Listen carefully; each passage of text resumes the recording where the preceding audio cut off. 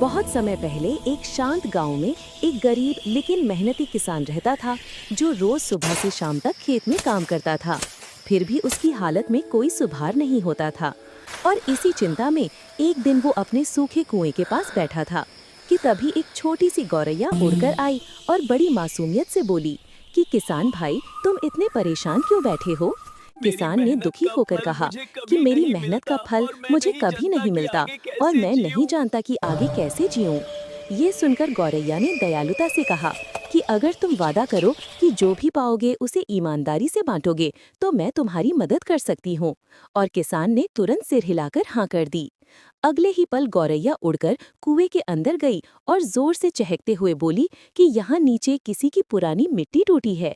किसान ने घबराकर रस्सी डाली और गौरैया को नीचे उतारा।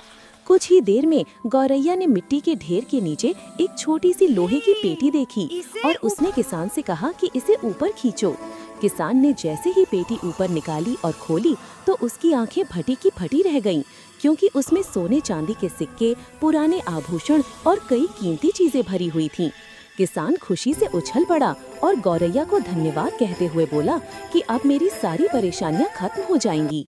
लेकिन जैसे जैसे किसान खजाने को देखता गया, उसका मन बदलने लगा और वो धीरे धीरे लालची होता गया और बोला कि गौरैया छोटी है, इसे क्या जरूरत है, मैं अकेला ही इस खजाने का हकदार हूँ। गौरैया ने उसके चेहरे पर लालच की चमक देखकर दुख से कहा कि मैंने तुम्हारी मदद इसीलिए की थी क्योंकि तुम ईमानदार लगते थे, पर तुमने अपना वादा तोड़ दिया। इतना कहकर गौरैया उड़कर दूर चली गई और किसान खुशी खुशी खजाना लेकर घर की ओर चला।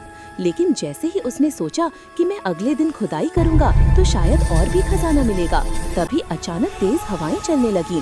आसमान काला पड़ गया और उसके खेत में बड़ी आंधी आई जिसने उसकी पूरी फसल उड़ा दी और उसके घर की छत भी गिर पड़ी। किसान हैरान था कि ये सब अचानक कैसे हो गया।